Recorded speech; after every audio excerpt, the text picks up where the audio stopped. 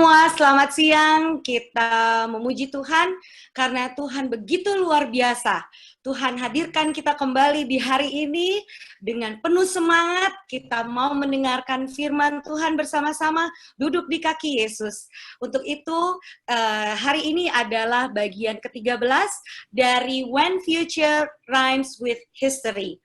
Dan kita akan segera memulai Bible study kita, pelajaran kita dengan doa buka yang akan dibawakan oleh David.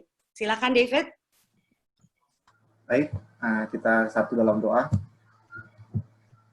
Bapa kami yang baik, terima kasih di siang hari ini kami bersyukur kembali oleh karena berkat-Mu, kasih karunia-Mu masih menyertai kami semua. Tuhan, kami manusia berdosa, kami manusia lemah, kami tidak sanggup untuk mengerti kata-kata firman-Mu dengan kuasa kami sendiri. Tuhan kiranya berikan Roh Kudus-Mu kepada masing-masing kami, agar kiranya kami boleh mengerti setiap firman yang akan disampaikan, dan terlebih Tuhan kami boleh mengaplikasikan dalam kehidupan kami sehari-hari. Tuhan memberkati secara khusus Pendeta Roy yang akan membagikan firman-Mu, pakai dia Tuhan sebagai alat-Mu, agar setiap firman yang keluar dari mulutnya, itu hanya berasal daripada Tuhan, dan kiranya kami semua yang mendengarkan boleh diberkati. Berkati semua jaringan, semua devices yang kami gunakan, agar kiranya pertemuan siang hari ini boleh lancar, sesuai dengan seturut kehendak-Mu saja Tuhan.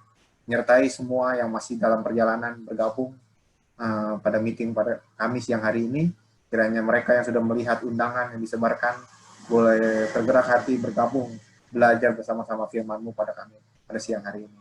Saya mau serahkan pertemuan kami dalam tangan-Mu, dalam nama Tuhan Yesus kami berdoa, amin. Amin. Sebelum kita memulai, kita akan mengajak semua kita yang hadir untuk memegang, menyiapkan Alkitab kita masing-masing, dan juga bila nanti ada yang ingin menyampaikan pertanyaan, bisa langsung kontak di WA chat kami di 0896 384 11655. Atau juga bisa kontak ke host dan co-host, dan kami juga membuka bila ada dari kita semua, dari yang sudah hadir di sini, bila rindu untuk mendapatkan Bible study lanjutan, atau juga bersama-sama ingin berdoa dengan kami, dan juga untuk layanan counseling, silahkan kontak kami. Terima kasih, marilah kita ikuti pelajaran kita siang hari ini. Silakan Pastor Roy. Oke, pada saat ini, saudara-saudara, ya, kita bersyukur untuk sekali lagi kesempatan yang diberikan oleh Tuhan kepada kita untuk melanjutkan pelajaran kita dari nubuatan Daniel dan Wahyu. Sebelum kita mulai, mari kita tunduk kepala dan kita berdoa. Ya Tuhan Allah yang bertakhta di dalam kerajaan surga, sekali lagi kami bersyukur untuk kesempatan yang Tuhan berikan kepada kami pada siang hari ini untuk mendekatkan diri sekali lagi kepada Engkau. Tuhan, kami orang berdosa, kami banyak sekali kekurangan, kami tidak layak, kami membutuhkan kuasa Roh Kudus agar kami boleh memahami firman-Mu dan kehendak-Mu, dan kami boleh semakin serupa dengan Engkau di dalam karakter. Dalam nama Tuhan Yesus kami sudah berdoa. Amin.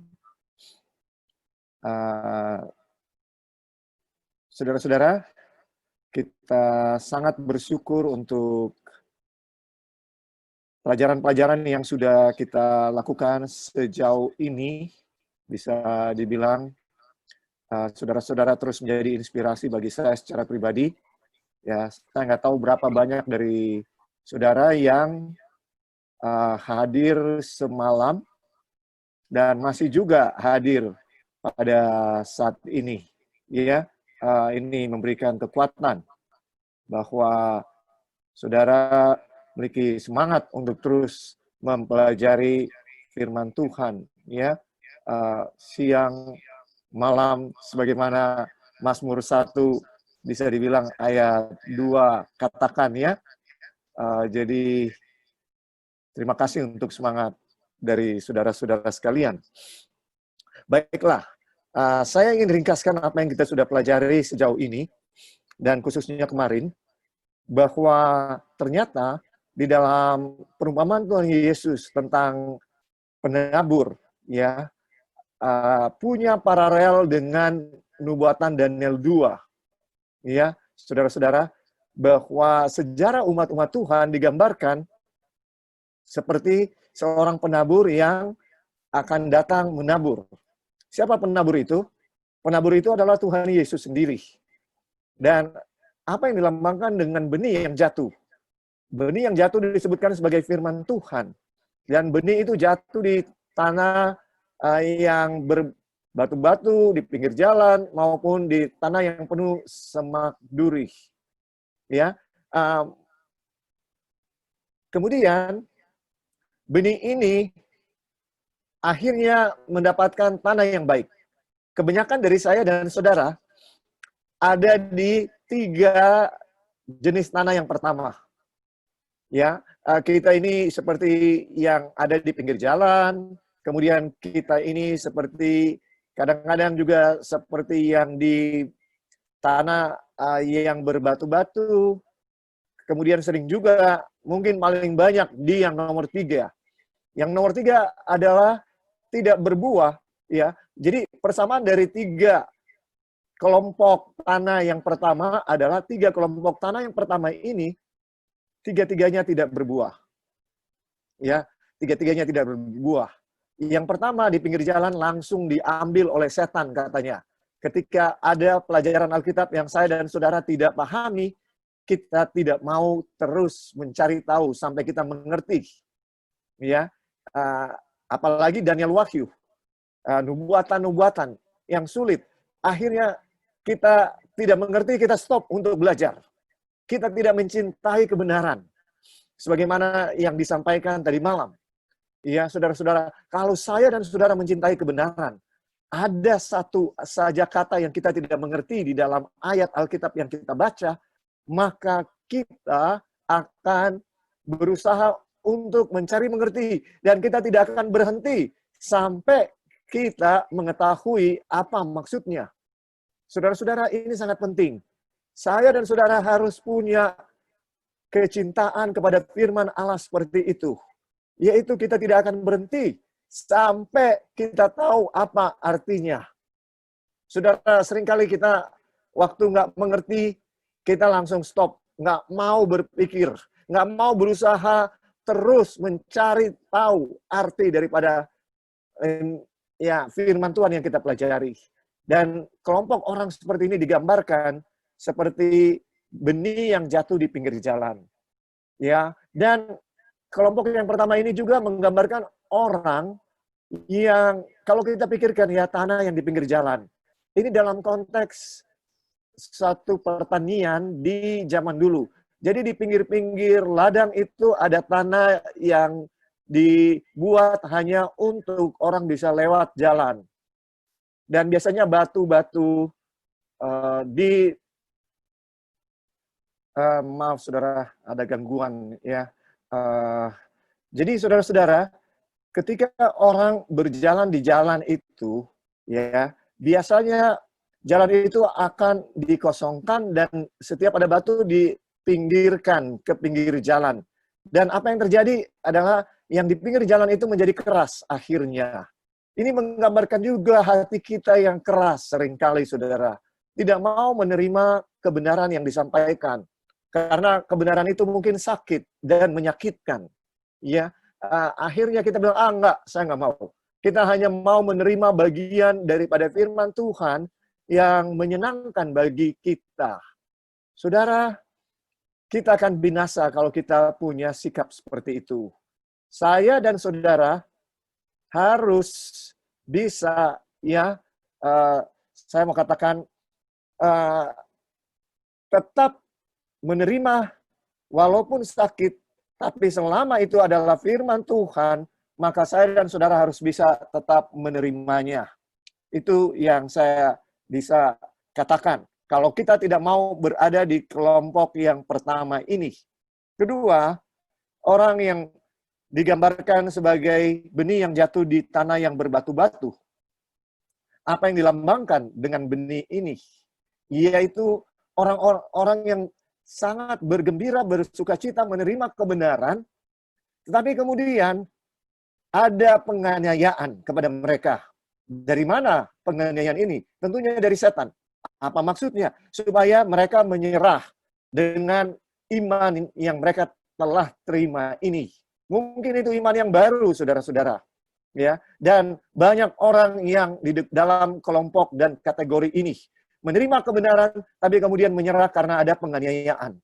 Ya, ada banyak orang yang melewati penganiayaan, tapi sekarang mereka mendapatkan penyesatan yang luar biasa dari setan. Yaitu apa? Kekhawatiran hidup. Ya, mari kita pergi ke dalam ayat yang kemarin kita belum sempat baca di dalam Matius pasal yang ke-13. Mari kita baca sekarang, saudara.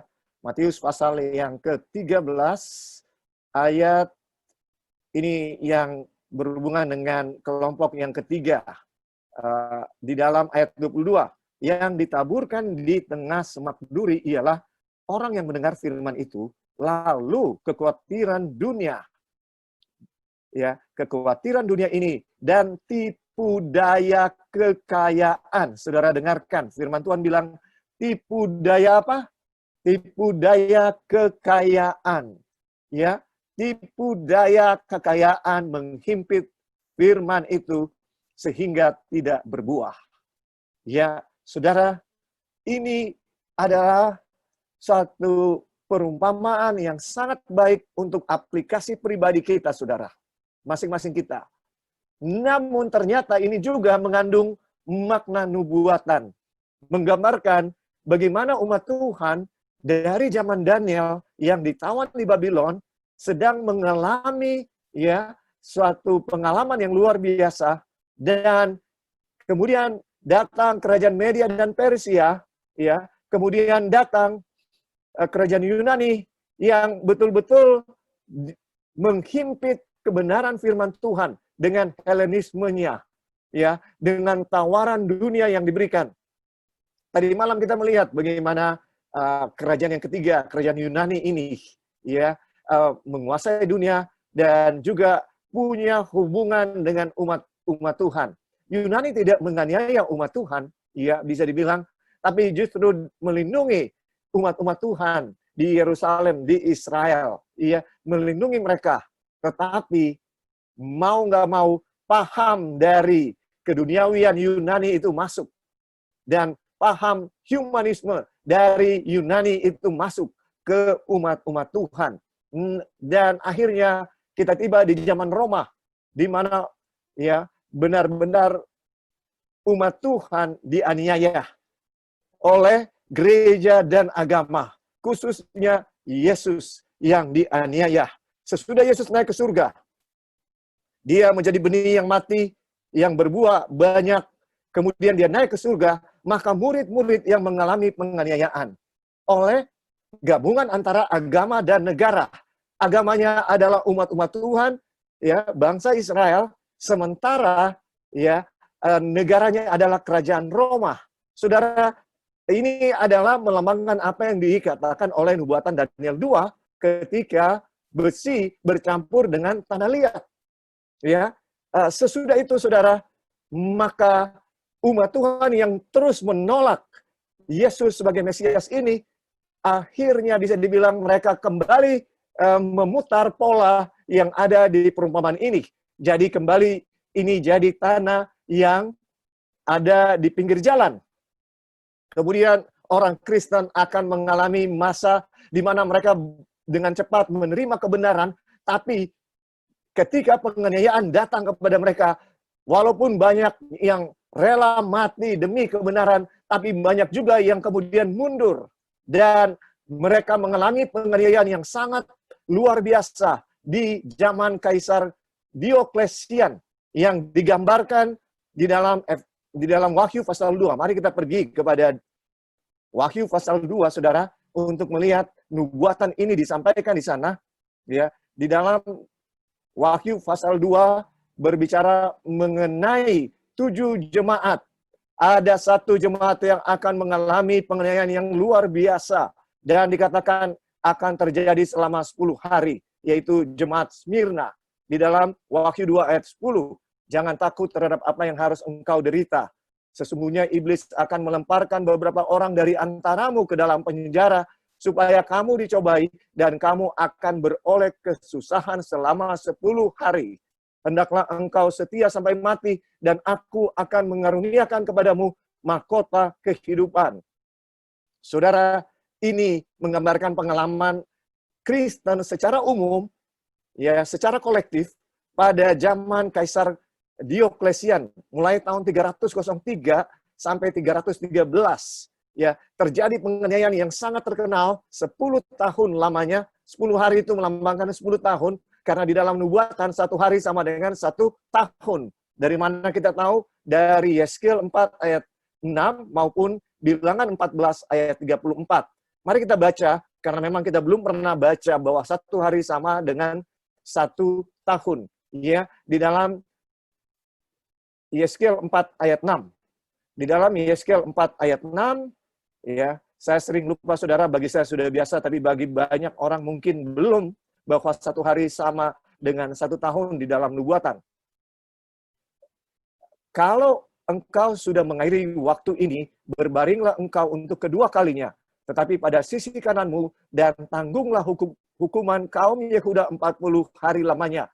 Aku menentukan bagimu 1 hari untuk 1 tahun. Saudara, ini bukanlah perkataan kepada ya Nabi Yeskiel, tapi sebenarnya ini adalah kutipan. Ya, kutipan dari Bilangan 14 ayat 23. Ini aslinya. Ya, kutipan dari Bilangan 14 ayat 34 ya, 34 ya. Mari kita lihat. Firman Tuhan berkata, sesuai dengan jumlah hari yang kamu mengintai negeri itu, yakni 40 hari, 1 hari dihitung 1 tahun. Jadi 40 tahun lamanya kamu harus menanggung akibat kesalahanmu, supaya kamu tahu rasanya jika aku berbalik daripadamu. 40 hari yang digunakan oleh pengintai untuk mengintai, tapi kemudian 10 pengintai mengatakan bahwa mereka tidak akan mampu melawan penduduk Kanaan. Dan seluruh umat itu berbalik dan tidak mau ya masuk dan menaklukkan kota atau bisa dibilang tanah Kanaan yang sudah dijanjikan oleh Tuhan kepada mereka. Sehingga Tuhan bilang, aku akan menetapkan 1 hari kamu untuk 1 tahun, karena 40 hari kamu mengintai, maka 40 tahun kamu akan mengalami akibat dari kesalahanmu. Ya, saudara-saudara. Jadi di dalam nubuatan Alkitab, 1 hari itu sama dengan 1 tahun. Ya, saudara-saudara, 1 hari sama dengan 1 tahun. Jadi kita kembali kepada Wahyu pasal 2. Mari kita kembali kepada Wahyu pasal 2. Kita lihat di sini bahwa jemaat Smyrna, jemaat yang kedua dari 7 jemaat di dalam buku Wahyu, ya, ini adalah 7 seri yang pertama, yaitu 7 jemaat dalam buku Wahyu. Ada 7 seri di dalam buku Wahyu. Ya, yang pertama adalah 7 jemaat, yang kedua 7 meterai, yang ketiga 7 sangkakala. Ya, kemudian ada 7 kutub, tapi 7 kutub bisa dibilang hanyalah bukan satu seri dari sejarah, jadi dia tidak sama dengan 37 yang pertama, ya.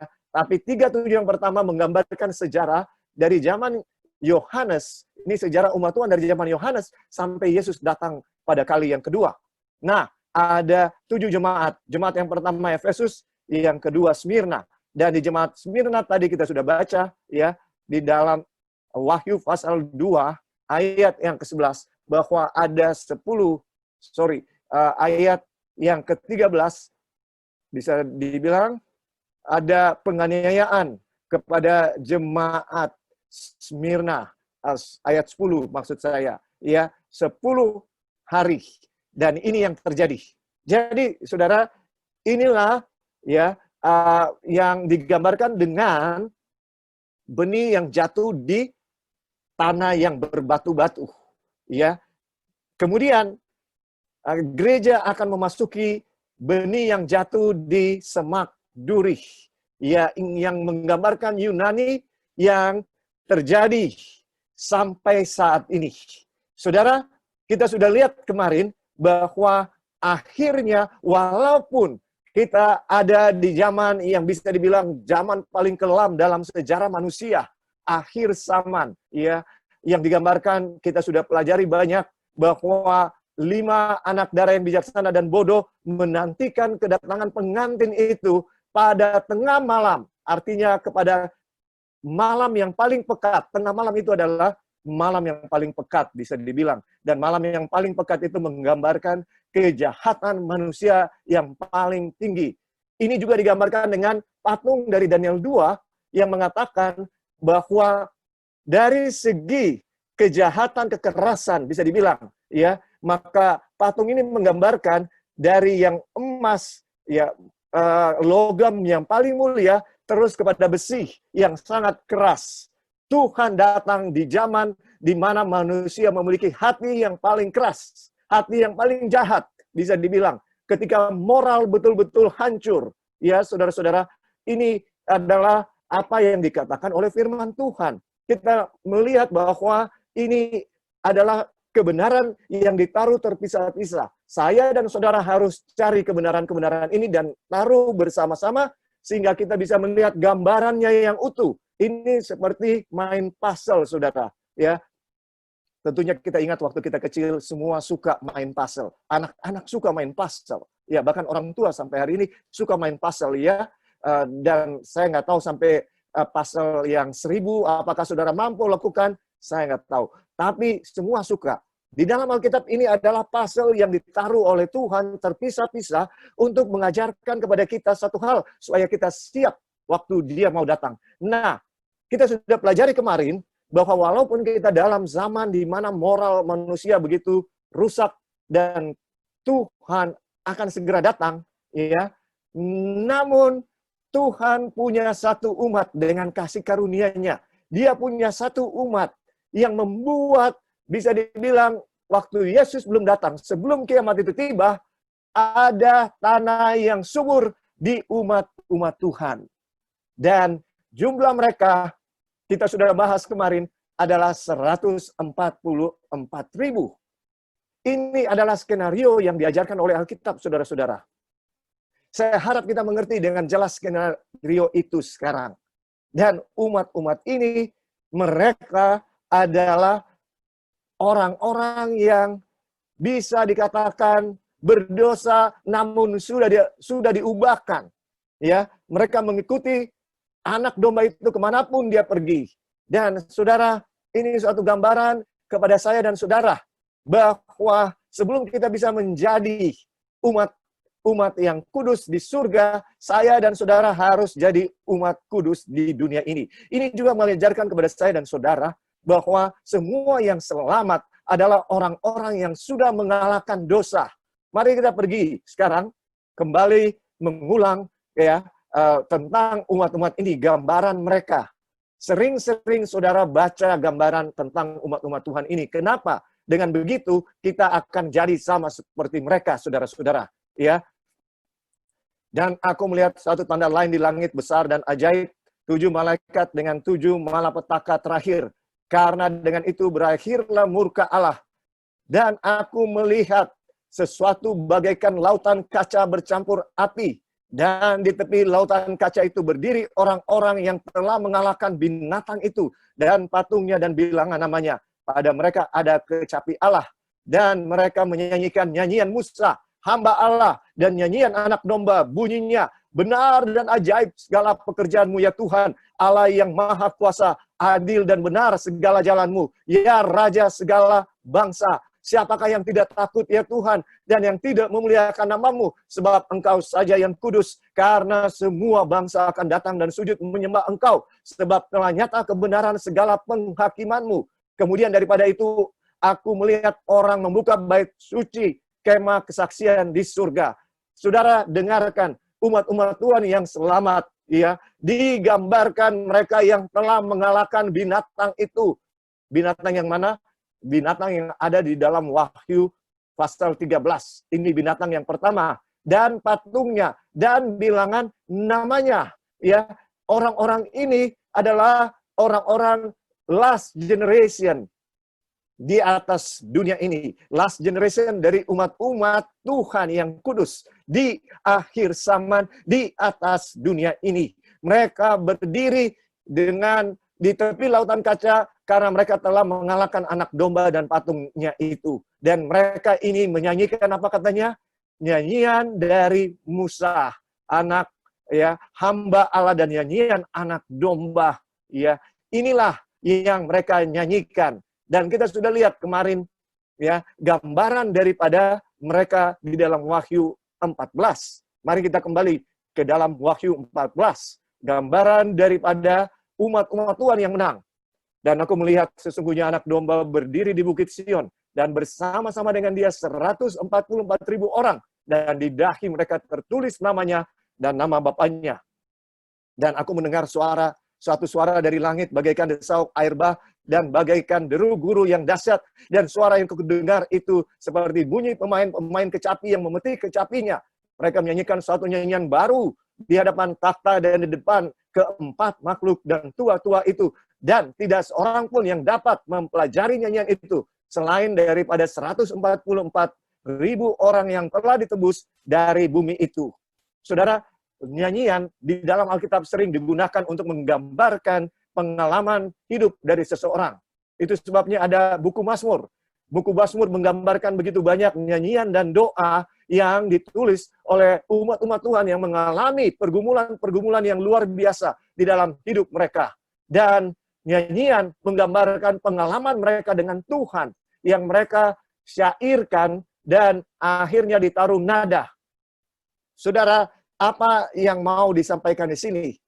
Bahwa pengalaman daripada yang 144.000 ini tidak bisa dinyanyikan oleh orang lain, mengatakan hanya mereka yang mengalami apa yang mereka alami, dan tidak ada orang yang pernah mengalami seperti yang mereka alami. Itu yang mau disampaikan. Dan ini benar-benar, saudara-saudara, sesuai dengan apa yang sedang kita pelajari, yaitu bahwa akan ada suatu masa kesesakan besar di atas dunia ini, sesuai dengan Daniel 12 ayat 1, namun umat-umat Tuhan yang namanya sudah tertulis dalam kitab kehidupan, mereka akan berhasil melewatinya. Kemarin kita tahu bahwa nama-nama yang sudah tertulis di dalam buku kehidupan ini sudah dimeteraikan. Dan waktu mereka dimeteraikan, maka tidak akan lagi pernah berubah kesetiaan mereka dan pilihan mereka untuk setia kepada Tuhan. Maka digenapi ayat yang ada di dalam buku Wahyu 22 ayatnya yang ke-11. Mari kita buka Wahyu 22 ayat yang ke-11. Barang siapa yang berbuat jahat, biarlah ia terus berbuat jahat. Barang siapa yang cemar, biarlah ia terus cemar. Dan barang siapa yang benar, biarlah ia terus berbuat kebenaran. Barang siapa yang kudus, biarlah ia terus menguduskan dirinya. Saudara, ini tidak mengatakan bahwa Tuhan sudah mentakdirkan orang untuk menjadi baik maupun jahat. Ayat ini menyatakan akan tiba waktunya ada pemeteraian. Dan ketika pemeteraian itu terjadi, sudah ditentukan orang yang berpihak kepada Allah, orang-orang yang mencintai kebenaran, yang berpihak kepada Allah, dan sudah ditentukan orang-orang yang terus melawan Tuhan. Saudara dan saya harus memilih. Saya berdoa dan berharap tidak ada satupun dari antara kita yang akan masuk di kelompok orang-orang yang menolak kebenaran dan menolak mencintai kebenaran dan terus berbuat jahat dan terus berbuat cemar. Saudaraku, Tuhan sangat mengasihi saya dan saudara. Dari sekarang, mari kita berbuat baik. Walaupun kita akan jatuh bangun, tapi mari kita terus berbuat baik dan menuruti segala perintah Tuhan. Ketika Tuhan datang, maka kita akan diselamatkan karena kita sudah dimeteraikan. Dan saudara-saudara, mari kita perhatikan kembali di dalam Wahyu pasal yang ke-14. Ada poin yang sangat penting yang harus kita mengerti di sini. Di sini digambarkan 144.000. Mereka menyanyikan nyanyian yang baru. Dan hanya mereka yang bisa menyanyikan karena hanya mereka yang mengalami apa yang mereka alami, mengalami suatu masa yang susah yang tidak pernah terjadi sebelumnya di atas dunia, yang dikatakan oleh Daniel 12 ayat 1. Ya, itu menyatakan pengalaman yang susah, ya, dan digambarkan bahwa orang-orang ini orang-orang yang tidak terdapat dusta, mereka tidak bercelah, ya, saudara-saudara. Inilah mereka. Kemudian mari kita pergi lihat gambaran di dalam Daniel pasal 7, ya, tentang mereka. Sekali lagi gambarannya ini menyatakan bahwa mereka adalah orang-orang yang sudah diselamatkan. Di dalam ayat 14 saya mau bacakan, maka kataku kepadanya, Tuanku, Tuhan mengetahuinya. Lalu ia berkata kepadaku, mereka ini adalah orang-orang yang keluar dari kesusahan yang besar, dan mereka telah mencuci jubah mereka dan membuatnya putih di dalam darah anak domba. Karena itu mereka berdiri di hadapan takhta Allah dan melayani Dia siang malam di bait sucinya. Dan Ia yang duduk di atas takhta itu akan membentangkan kemahnya di atas mereka. Mereka tidak akan menderita lapar dan dahaga lagi, dan matahari atau panas terik tidak akan menimpa mereka lagi. Sebab anak domba yang di tengah-tengah takhta itu akan mengembalakan mereka dan akan menuntun mereka ke mata air kehidupan. Dan Allah akan menghapus segala air mata dari mata mereka. Oh, saudara-saudara, betapa janji yang indah, betapa gambaran yang indah dari umat-umat Tuhan yang akan diselamatkan. Kembali kepada ayat 14. Saudara, saya mau tekankan bahwa orang-orang yang keluar dari kesusahan yang besar ini adalah orang-orang yang telah melalui pengalaman hidup mengalahkan diri setiap hari. Sehingga ketika masa kesusahan yang besar itu tiba, mereka telah siap. Ketika keempat malaikat yang memegang keempat angin, ya, dari 4 penjuru bumi menahan, karena apa? Angin di dalam Alkitab, angin di dalam nubuatan menggambarkan malapetaka, melambangkan kehancuran. Saudara-saudara, jadi ketika malaikat digambarkan menahan keempat angin ini, keempat penjuru mata angin, artinya bahwa malapetaka sedang datang ke atas dunia ini. Tapi karena Tuhan punya kasih karunia masih ada, sehingga ditahan. Mengapa? Karena umat-umat Tuhan belum dimeteraikan. Dan kalau umat Tuhan belum dimeteraikan, saudara, maka kita akan binasa ketika masa kesusahan yang besar itu terjadi. Ketika suatu keadaan yang berat akan terjadi. Keadaan yang berat itu apa? Keadaan yang berat itu adalah di dalam Wahyu 13 ayat 14-15. Mari kita pergi ke sana. Di dalam Wahyu 13 ayat 14, keadaan ini digambarkan. Sekali lagi, Tuhan tidak mau kita tidak tahu apa yang akan terjadi supaya kita siap ketika itu terjadi.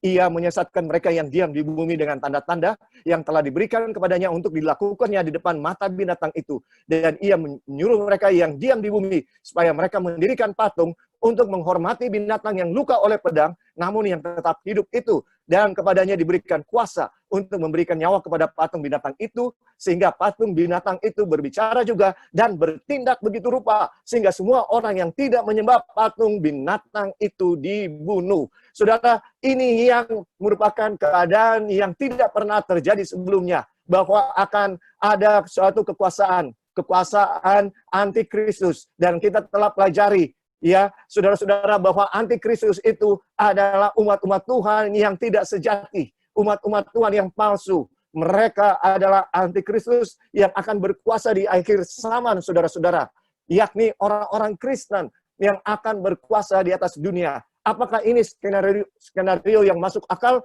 Iya, sangat masuk akal dengan keadaan kita sekarang. Mudah untuk kita percaya. Mengapa? Karena orang Kristen di atas dunia ini 2,5 miliar. Saudara-saudara, 2,5 miliar.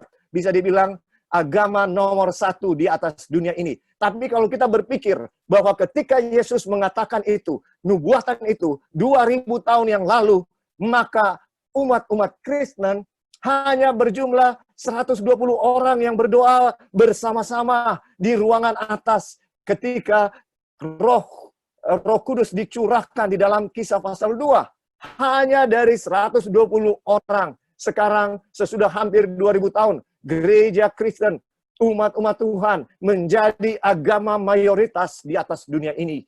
Apakah saudara dan saya ragu dengan kebenaran firman Tuhan ini? Saudara, mari kita lihat tren 2000 tahun dalam sejarah dunia. Tren 2000 tahun. Yang pertama, 2000 tahun yang pertama, ketika umat-umat Tuhan melihat anak-anak manusia. Mari kita lihat, ya, karena ini hubungannya sangat penting, ya, bahwa ini skenario yang sebenarnya sudah pernah terjadi. Karena banyak orang akan pertanyakan apa yang saya sampaikan. Saya mengerti. Tapi ini dari firman Tuhan, bukan pendapat saya. Di dalam Kejadian 6 ayat 1 disebutkan ketika manusia itu mulai bertambah banyak jumlahnya di muka bumi, dan bagi mereka lahir anak-anak perempuan, maka anak-anak Allah melihat bahwa anak-anak perempuan manusia itu cantik-cantik. Lalu mereka mengambil istri dari antara perempuan-perempuan itu, siapa saja yang disukai mereka. Saudara dengarkan. Di sini disebutkan anak-anak Allah melihat anak-anak perempuan manusia. Sebagian orang menafsirkan bahwa anak-anak Allah ini adalah dewa-dewa, ya, bukan manusia, dan mereka menikahi manusia. Salah, saudara, karena tidak ada yang namanya dewa-dewa, tidak ada, ya, itu adalah legenda dari kekafiran yang masuk ke dalam gereja, ya. Tidak ada dewa-dewa. Kita tidak percaya ada dewa-dewa. Anak-anak Allah yang dimaksud adalah keturunan dari umat-umat Tuhan yang percaya kepada Tuhan, yaitu dari keturunan Set dan Enos. Ya, ketika Kain membunuh Habel, maka Tuhan kemudian memberikan anak-anak yang lain kepada Adam. Tapi Kain akhirnya harus menyendiri, tinggal sendiri, ya. Tapi Tuhan punya kasih karunia kepada dia bahwa Tuhan memberikan tanda supaya tidak boleh ada yang membalas kesalahan atau yang dilakukan oleh Kain dengan membunuh Habel, saudara-saudara. Dan keturunan daripada Kain ini disebut orang-orang yang tidak percaya kepada Tuhan dan disebut sebagai anak-anak manusia. Ya, untuk membedakan dengan orang-orang yang tetap percaya kepada umat Tuhan. Jadi bisa dibilang anak-anak Allah adalah keturunan dari Adam, Set, dan Enos, ya. Namun mereka kemudian seharusnya mereka percaya kepada Tuhan, tapi kemudian mereka tergoda dengan anak-anak manusia, yaitu keturunan dari Kain yang tidak percaya kepada Tuhan. Ketika anak-anak Allah, umat-umat Tuhan bergabung dengan manusia atau kekuasaan politik, bisa dibilang, ya, kembali besi campur tanah liat, ya, yang suci dengan yang tidak suci bercampur, maka saudara, yang terjadi adalah akhir dunia. Akhir dunia. Apa maksud saya? Ya, Tuhan harus mengirimkan air bah untuk mengakhiri bangsa yang sudah jahat, karena umat Tuhan yang suci, ya, tanah liat tukang periuk itu sudah menjadi tanah liat lumpur rawa. Saudara, ini sudah terjadi zaman dulu, dan akhirnya Tuhan harus mengirimkan air bah. Bisa dibilang itulah akhir dari dunia. Saudara, ini 2000 yang pertama. 2000 yang kedua, umat Tuhan, bangsa Israel dipilih oleh Tuhan. Ya, keturunan dari Abraham, ya, Ishak dan Yakub. Kemudian umat Tuhan dipilih oleh Tuhan. Dari Yakub lahirlah 12 anaknya, suku Israel. Kemudian mereka menjadi besar di Mesir. Dan ketika mereka menjadi besar, maka Raja Firaun yang tidak mengenal Yusuf mulai berpolitik untuk berusaha menekan mereka, menganiaya mereka. Tapi Tuhan menolong dan pada akhirnya mereka boleh keluar dari tanah Mesir dan tinggal di tanah perjanjian, di tanah Kanaan. Selama hampir 2000 tahun mereka jatuh bangun, dan pada akhirnya mereka murtad dan Tuhan harus mengizinkan mereka dibuang di Babel. Dan setelah pulang dari Babel, mereka dalam kesulitan, tapi mereka berhasil membangun kembali Yerusalem dan bait suci yang sudah dihancurkan oleh Nebukadnezar. Selama 400 tahun, maka ada masa antara nabi yang terakhir, Nabi Maliaki, dan perjanjian baru. Sebagaimana ada masa 400 tahun antara Abraham dan Musa. sebelum Tuhan melepaskan Israel dari Mesir. Dan apa yang terjadi? Umat Tuhan kemudian mengalami apa yang dialami di zaman sebelum 2000 tahun yang pertama, ya, air bah itu datang. Agama menjadi suatu yang formal dan mereka mencampur yang suci dengan tidak suci, sehingga pada akhirnya Yesus datang, umat Tuhan bukan terima dia, Mesias datang, umatnya bukan terima dia, tapi umatnya salibkan dia. Dan saudara, ini adalah sesuatu yang besar terjadi. Di akhir 2000 tahun yang kedua, sesuatu yang besar terjadi, yaitu Mesias itu datang kepada umatnya dan umatnya tolak dia. Ya, agama dan politik bersatu lagi, yang suci dengan tidak suci bersatu dan menganiaya umat Tuhan. Tapi di akhir daripada 2000 tahun yang kedua, umat Tuhan mempunyai satu pengharapan. Kenapa? Karena kerajaan kasih karunia dibangun oleh Yesus. Dan gereja Kristen yang kecil bertumbuh. Tetapi kembali nubuatan dan sejarah akan berulang. Gereja Kristen menjadi agama yang nomor satu di atas dunia. Sebagaimana yang dinubuatkan oleh Alkitab. Dan berkuasa di atas dunia. Tetapi mereka kemudian akan menganiaya orang-orang Kristen yang sejati. Dan Kristen menjadi kembali agama formalitas belaka, sebagaimana pada zaman Yesus, sebagaimana pada zaman sebelum air bah. Saudara lihat, ada sesuatu yang penting selalu terjadi setiap 2000 tahun satu kali. Tuhan berusaha memperbarui dunia ini karena sudah begitu korup, sudah begitu jahat umat Tuhan. Mengapa? Karena umat Tuhan yang dimaksudkan untuk jadi berkat di atas dunia ini sudah jadi jahat, sudah bergabung dengan dunia, sehingga tidak ada bedanya lagi dunia dengan gereja, umat Tuhan dengan yang bukan umat Tuhan, anak-anak Allah dengan anak-anak manusia. Dan Tuhan harus riset, saudara, hancurkan dunia ini, mulai lagi dengan umatnya. Dunia dikuasai oleh umat Tuhan sesudah air bah, karena 8 orang yang selamat dari keluarga Nuh, semuanya adalah umat Tuhan. Tapi kemudian, ya saudara, sudah hampir 2000 tahun, umat Tuhan yang dipilih oleh Tuhan ini, kemudian menjadi suatu agama sekedar rupa belaka. Setan berhasil masuk dan membuat agama daripada umat Tuhan ini agama di kulit belaka. Saudara, mari kita bertanya dengan jujur dalam kehidupan kita. Apakah kita ini beragama sungguh-sungguh? Apakah kita ini sungguh-sungguh mencintai kebenaran? Atau karena kita lahir sebagai orang Kristen, maka kita beribadah sebagai orang Kristen. Namun kita tidak pernah sungguh-sungguh memaknai, menghidupkan kebenaran-kebenaran yang luar biasa dari ajaran-ajaran Alkitab. Saudara, apakah Kristen telah menjadi berkat bagi dunia ini? Karena kita 2,5 miliar di atas dunia ini? Atau dunia ini ya akan lebih baik tanpa gereja Kristen? Banyak penulis yang menuliskan dan bertanya tentang hal ini. Saudara, ketika umat-umat Tuhan tidak meninggikan Tuhan Yesus, maka orang tidak datang kepada Tuhan. Orang tidak percaya kepada Tuhan. Tuhan Yesus mengatakan di dalam Yohanes 10 ayat 32, dan kalau aku ditinggikan, aku akan menarik orang datang, banyak orang datang kepadaku.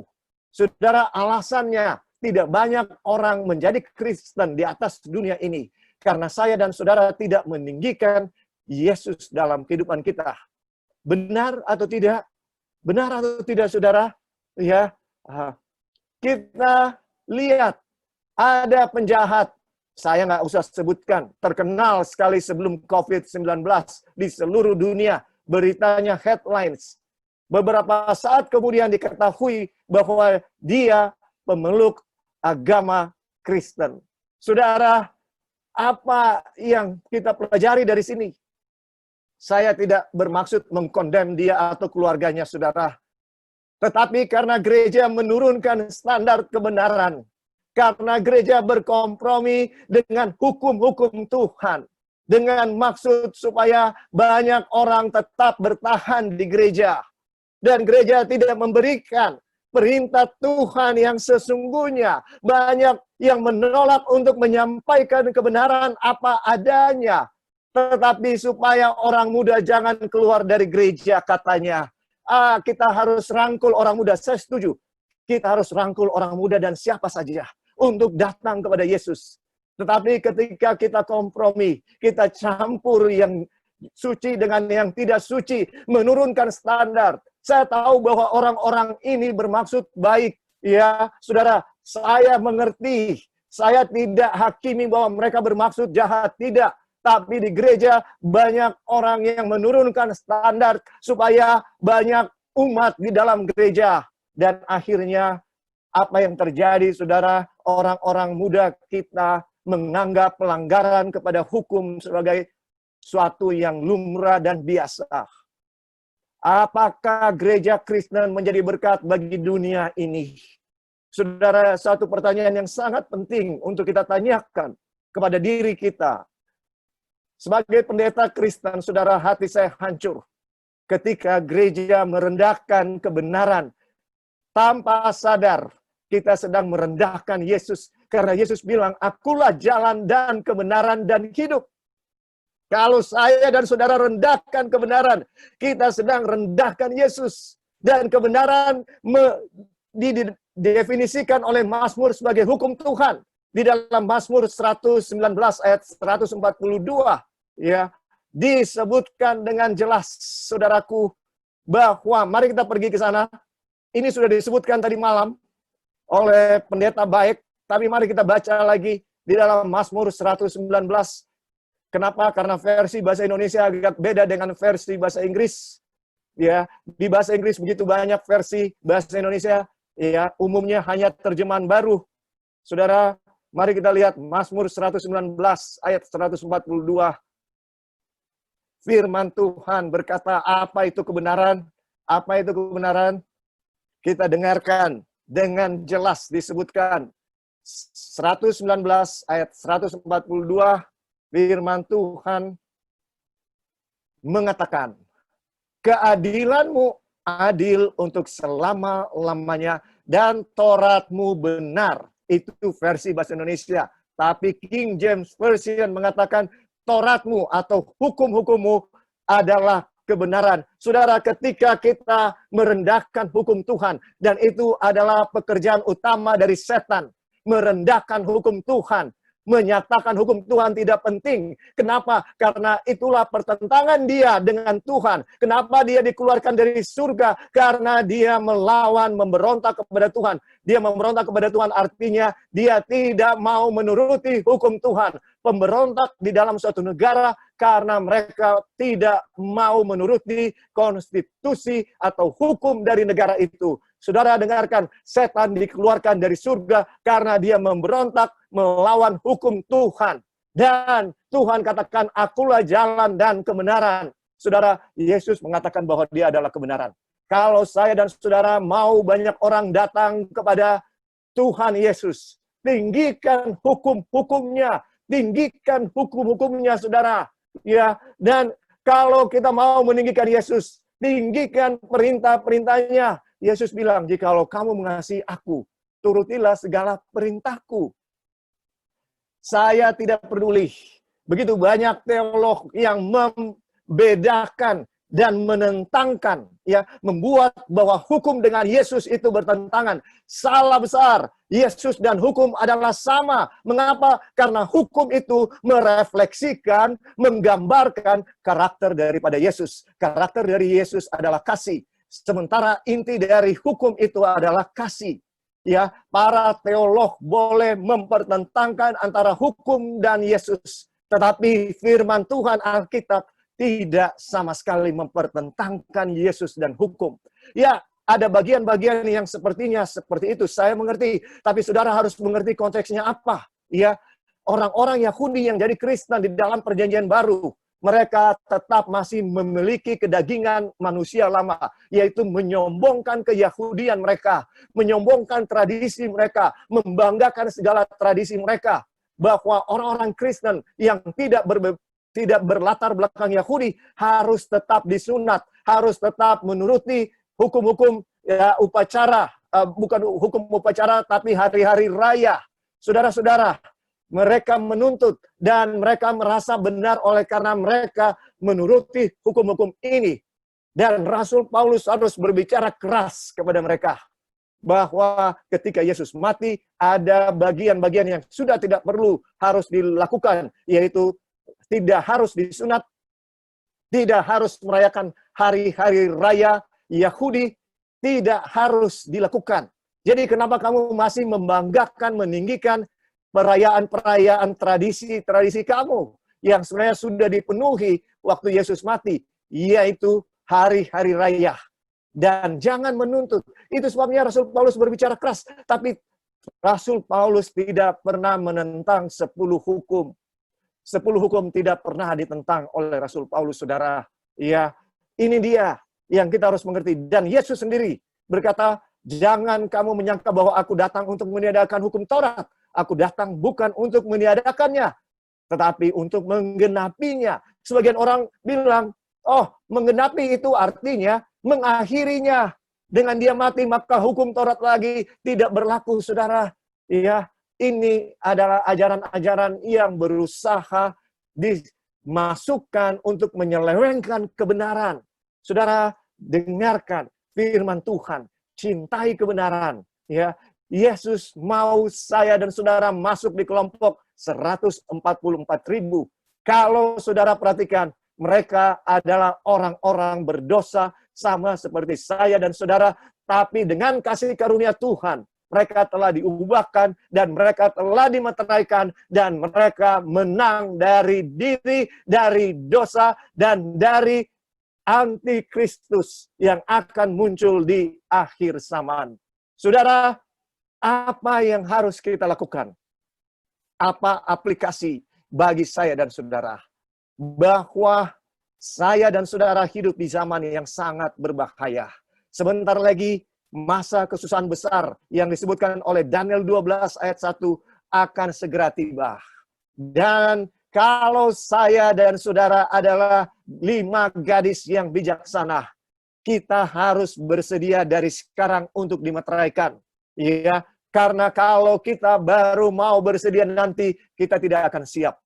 Ya, saudara tidak akan bisa lari maraton kalau saudara tidak pernah lari maraton sebelumnya dalam hidup saudara, seumur hidup saudara tidak pernah lari maraton. Kemudian besok saya katakan, saudara-saudara yang ikut Bible Study, ada tertulis dan God's Word Ministry, mari kita maraton besok. Siapa yang mampu menyelesaikan 42 kilo lebih, saya akan kasih hadiah yang besar. Iya, saudara-saudara, apakah saudara mampu? Saudara pasti tidak mampu kalau saudara tidak pernah lari maraton sebelumnya. Tapi kalau saya katakan saya akan kasih hadiah 1 miliar bagi yang bisa lari maraton, bukan pemenang maraton. Tahun depan 2021.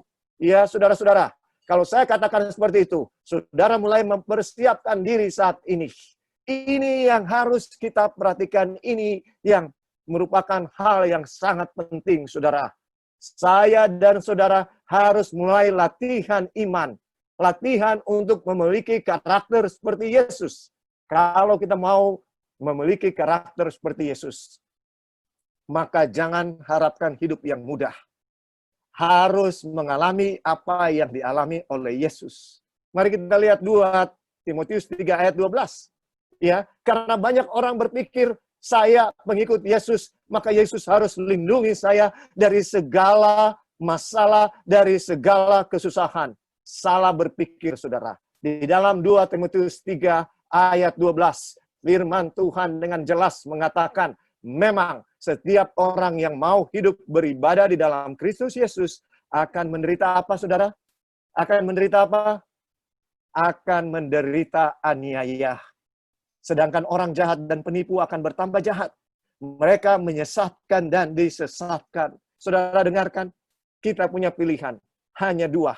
Kita mau hidup beribadah di dalam Kristus Yesus yang artinya menderita aniaya, atau kita mau jadi orang jahat dan kita akan menjadi penipu dan akan menjadi bertambah jahat dan akan menjadi penyesat dan akan disesatkan oleh diri. Saudara, pilihannya hanya satu. Saudara mau pilih yang mana? Saudara mau pilih yang mana? Itu panggilan Tuhan kepada saya dan saudara. Kalau saya dan saudara membiasakan diri untuk menjadi orang yang baik, orang yang benar, maka saya dan saudara akan menghadapi aniaya. Karena setan tidak senang kalau saudara hidup benar. Kalau saudara menuruti hukum, setan akan menganiaya saudara. Kalau dia tidak mampu menganiaya saudara, dia akan menyesatkan saya dan saudara. Ini adalah metodenya. Apa yang harus saya dan saudara lakukan? Saya dan saudara hanya mampu berserah kepada Tuhan setiap hari. Itu yang harus kita lakukan. Saudara, kita dengarkan apa yang merupakan inti dari kerajaan kasih karunia. Mari kita pergi kepada Matius 5 dengan cepat. Yang pertama, inilah prinsip daripada kerajaan kasih karunia. Kalau saya dan saudara mau supaya kita ini bisa bertahan dan membuat pilihan yang benar. Yang pertama, berbahagialah orang yang miskin di hadapan Allah. Artinya rendah hati, saudara. Harus rendah hati. Para calon warga negara surga, 144.000 adalah orang-orang yang rendah hati. Berbahagialah orang yang berduka cita. Artinya karena mereka akan dihibur. Ini bukan berduka cita karena ada yang meninggal, saudara. Tapi karena dia merasa dia tidak layak di hadapan Tuhan, dia bisa melihat bahwa dosa-dosanya sangat besar dan dia berduka cita ketika dia berbuat dosa. Ya saudara, ketika saya dan saudara merasa bahwa kita ini orang-orang yang miskin di hadapan Allah, artinya karena kita menyadari bahwa kita ini penuh dengan kekurangan dan kita akhirnya berduka cita. Rasa berduka cita terhadap dosa adalah kasih karunia dari Tuhan, saudara. Apakah saudara berduka cita ketika saudara berbuat dosa, ketika saudara berbohong, ketika saudara tidak baca Alkitab, ketika saudara tidak berdoa? Apakah saudara berduka cita ketika saudara menonton film lebih banyak waktunya digunakan untuk hiburan dunia daripada bersekutu dengan Tuhan, duduk dekat kaki Yesus? Apakah saudara berduka cita ketika saudara memilih untuk mengasihi diri dan tidak membantu orang yang sedang kesusahan? Apakah saudara berduka cita ketika saudara datang terlambat di gereja? Apakah saudara berduka cita ketika saudara tidak menginjil? Apakah saudara berduka cita ketika saudara tidak melakukan seluruh kehendak Tuhan yang saudara tahu? Apakah saudara berduka cita ketika saudara makan makanan yang tidak sehat walaupun saudara tahu bahwa baik suci Tuhan ini, tubuh kita harus dijaga, disucikan? Apakah saudara dan saya berduka cita ketika kita tidak memiliki karakter Yesus? Saudara, berikutnya, ketika kita berduka cita, adalah kasih karunia Tuhan kita bisa berduka cita dengan semua dosa-dosa. Kalau saudara tidak berduka cita lagi, mari kita menangis kepada Tuhan. Kalau kita tidak membenci dosa, mari kita menangis kepada Tuhan.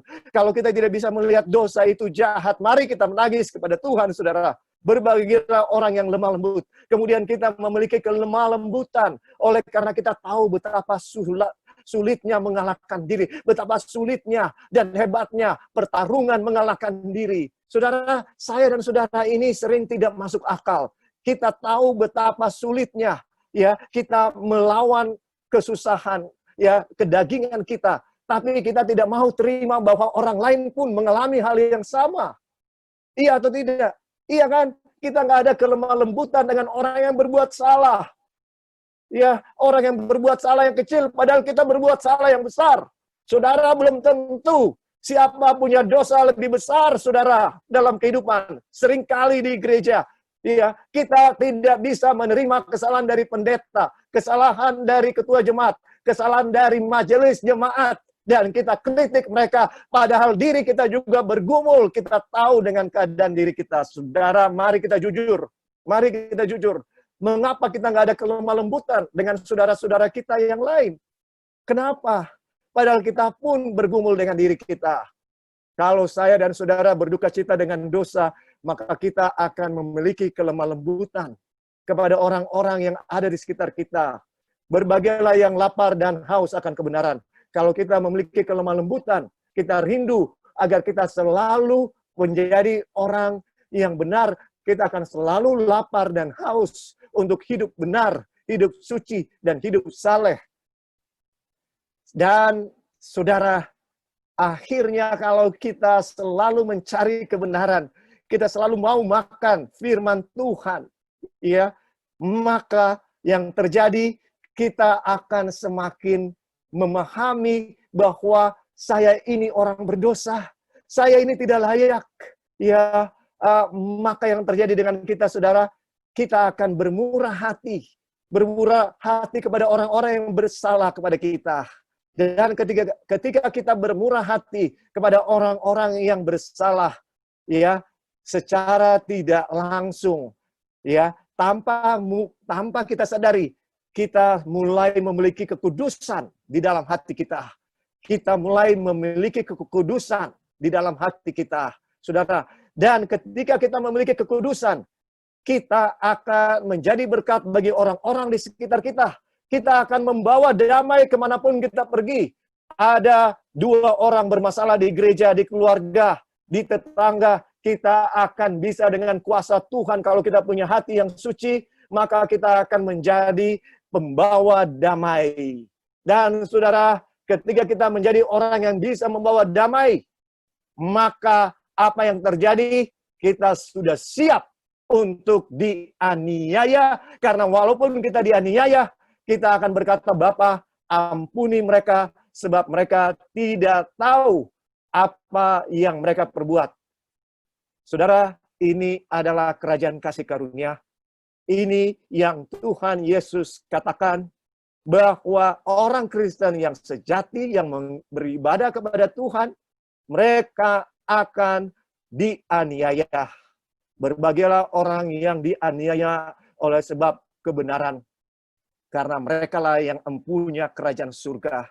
Berbahagialah kamu jika karena aku kamu dicelah dan dianiaya dan kepadamu difitnahkan segala yang jahat. Bersukacitalah dan bergembiralah karena upahmu besar di surga, sebab demikian juga telah dianiaya nabi-nabi yang sebelum kamu. Jadi, apakah saudara siap untuk dianiaya? Atau kita mau jadi penganiaya? Pilihannya hanya 2, saudara. Mau dianiaya atau mau jadi penganiaya. Antikristus adalah penganiaya. 144.000 adalah yang dianiaya. Saudara mau pilih yang mana? Pilihan ada di tangan saudara. Tapi saya mau berdoa supaya saya dan saudara mau memilih untuk menjadi orang yang dianiaya, karena kita mau mempertahankan kebenaran hukum Tuhan, karena kita mau hidup seperti Tuhan Yesus, karena kita mau mengasihi Dia. Itu artinya kita akan dianiaya, baik oleh setan maupun oleh agen-agennya. Tapi kita tetap akan berdoa bagi musuh-musuh kita, Bapa, ampuni mereka, sebab mereka tidak tahu apa yang mereka perbuat. Sebagian dari kita harus melayangkan doa itu saat ini. Ada di antara kita yang harus melayangkan doa itu saat ini. Dan ada di antara kita yang harus minta kasih karunia Tuhan untuk mengangkat telepon, menyelesaikan masalah dengan musuh-musuh yang telah menganiaya saudara. Apakah saudara mau lakukan itu? Kalau saudara mau lakukan itu, saudara katakan ya dalam hati saudara. Ini antara saudara dengan Tuhan, bukan saudara dengan saya. Saudara dengan Tuhan. Mari saudara katakan, ya, saya akan lakukan itu Tuhan. Saya akan berdamai dengan siapapun yang mungkin telah menyakiti saya dan yang telah saya sakiti. Saya dan saudara adalah pengikut Yesus. Ini harus kita lakukan. Mari kita tunduk kepala dan mari kita berdoa. Ya Tuhan, firman-Mu selalu menemplah kami. Terima kasih.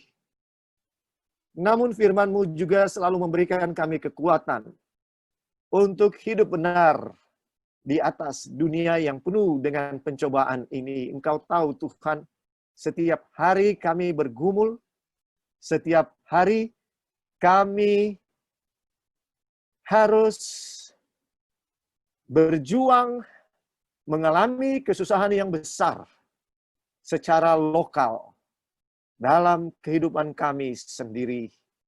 Tuhan, terima kasih karena selama ini Tuhan memberikan kemenangan sehingga kami boleh berada di sini saat ini dengan segala keberadaan kami. Terima kasih Tuhan. Kalaupun ada kegagalan yang kami lakukan, terima kasih karena Tuhan tetap mengasihi kami dan memberikan kami kesempatan kedua, kesempatan ketiga, kesempatan keempat, kesempatan kelima, dan seterusnya. Tuhan, terima kasih untuk tidak pernah berhenti mengasihi kami dan tidak pernah menyerah untuk mengasihi kami. Terima kasih Tuhan, Kau sangat baik dalam kehidupan kami. Dan Tuhan, hamba mau berdoa untuk setiap jiwa yang bergumul, yang mendengarkan pelajaran ini. Tuhan, kuatkan kami, agar kami tidak pernah menyerah untuk menjadi seperti Yesus, untuk memiliki karakter seperti Yesus. Walaupun kami harus menderita, kuatkan kami dan mampukan kami. Di dalam nama Tuhan Yesus. Amin. Tuhan memberkati, Tuhan mengasihi saudara-saudara. Sampai berjumpa sebentar malam.